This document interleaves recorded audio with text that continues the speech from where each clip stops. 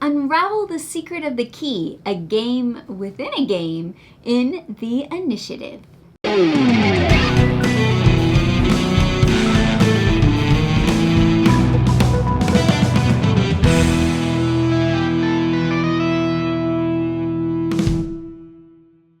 Thank you for joining us today at Tantrum House Studio D. I'm Melissa Delp. And I'm Kevin Delp. The Initiative is a co-op adventure code-breaking game for 1 to 4 players, designed by Corey Koneska and published by Unexpected Games, a division of Asmodee. And they sent us this copy to review. We've played the whole campaign, but we'll just be sharing a general overview of the game without spoiling anything, and then we'll share our thoughts at the end. The game comes with a main game board, a mission console, cards, standees, and tokens. The guidebook also contains a comic story that will lead you on your adventure. In the game, players take on the roles of teenagers who are playing as characters in a board game. So there are 14 scenarios in the campaign, and each scenario takes about 30 to 45 minutes. There's also a bunch of one-off scenarios that you can play after the campaign is over. We have a demo mission that we'll be showing you, so we're not going to spoil the campaign. At the beginning of each scenario, you'll set up based on the mission blueprint, placing out tokens and other items on the board. Then you insert the mission card into the console. Make sure all of the window covers are down. Players start with a hand of 4 cards. The cards come in 3 suits and are numbered from 1 to 12. Throughout the game, you'll be taking actions in order to collect clues that will help you deduce the answer to the mission's question. On your turn, you can take 1 or 2 actions, and then you draw back up to 4 cards. The main actions are run, gather, intel, and regroup. Each character also has a special action, but we'll talk about those a little later. To take one of the actions, you play one of the cards from your hand onto the action card. You are required to play a higher number than the one currently present. It's best to play numbers as close to each other as possible. If the numbers get really high, you can take the regroup action to discard all of the cards and tokens on one of the other action cards. Intel lets you reveal up to 2 tokens in any room. To actually pick them up, you have to use the gather action and be in the same room. When you do gather, you'll uncover the hidden letter or number corresponding to the glyph on the mission board. You'll be piecing together the clues in order to answer the mission question. In this case, what is the key phrase? Once you're 100% positively sure that you know what the answer is, and the whole group agrees, then you can end the scenario and reveal the answer. If you're correct, then you win the scenario. But if you have just one little bitsy thing wrong, then you lose the scenario. The back of the guidebook has a campaign log to help you keep track of wins and losses and everything else.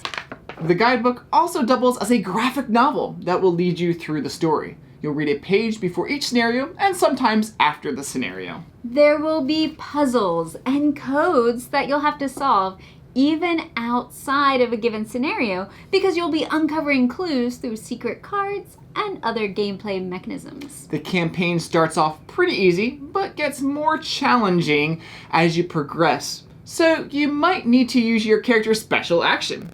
To take a special action, you discard any 2 cards from your hand. Jenny helps you collect a clue token from an adjacent room. Prathna helps players move around the board faster. Phil helps reveal more tokens, and Brock lets you take an action even if you normally wouldn't be allowed to. Not all clue tokens out on the board are glyphs. Some are traps, and some will lock an action card. That's why Brock can be helpful. Or you could do the regroup action in order to free up that action. Players will have to work together in order to solve the puzzle. We played some of the scenarios with 2, 3, and 4 players. I would say it was definitely harder at 4 players because more cards are being pulled from the deck, and there's a bit of a timer connected to the deck of cards. After you go through the deck once, you shuffle all the cards in the discard pile and add these timer cards. If 3 watch icons are revealed, the game is immediately over, so draw those cards carefully. The initiative reminds me of a cross between a code-breaking game and Wheel of Fortune as you slowly reveal those letters to figure out the phrase.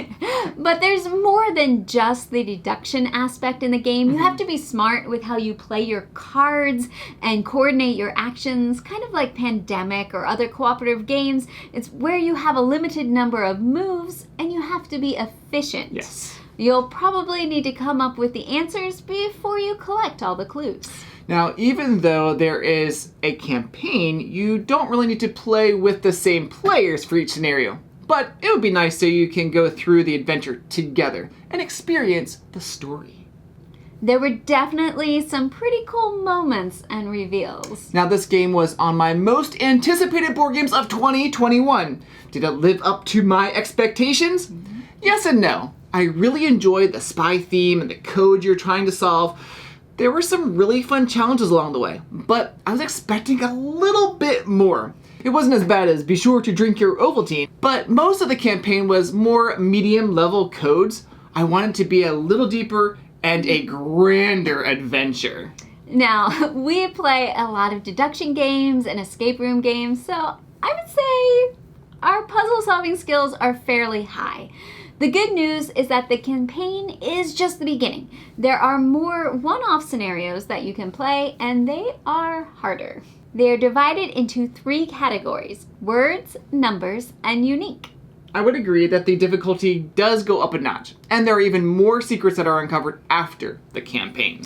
Now, we played the campaign over the course of about 3 days, Yeah, push right so through. pretty quickly. It was fun to complete the storyline, but I did feel there was a little bit of repetitiveness in the actions, even though the complexity and details of each scenario do change. I think after taking a break, I would be interested in completing more of those post-campaign scenarios. There were a few times that I just wanted to solve the puzzle instead of going through all the actions and game of collecting the tokens. Yeah, the deduction aspects were definitely my favorite part of the game. Yeah. But if you don't play the game well or find the right tokens, you'll have fewer pieces of the puzzle. Oh, yes. And it will be harder to solve. There is a lot of content in the box, so you'll get hours and hours of fun. But it's not really replayable since you'll know the answers to the puzzles. Yeah, I think you'll like the initiative if you enjoy cooperative games. Sure. If you enjoy solving puzzles and deduction. It has some of the same vibe as maybe an escape room style game, but with more board game elements. Well, thank you for watching this video. Please like and subscribe.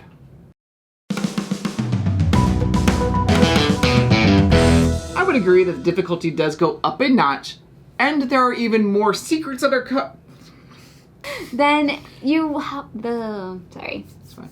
Just do, but if you don't. But if you don't play the actual game well, or find the right token. Sorry, I need to figure out what that's. Yeah. I just want to read through it first. But if you don't play the game well or find the right tokens, you'll have fewer pieces of the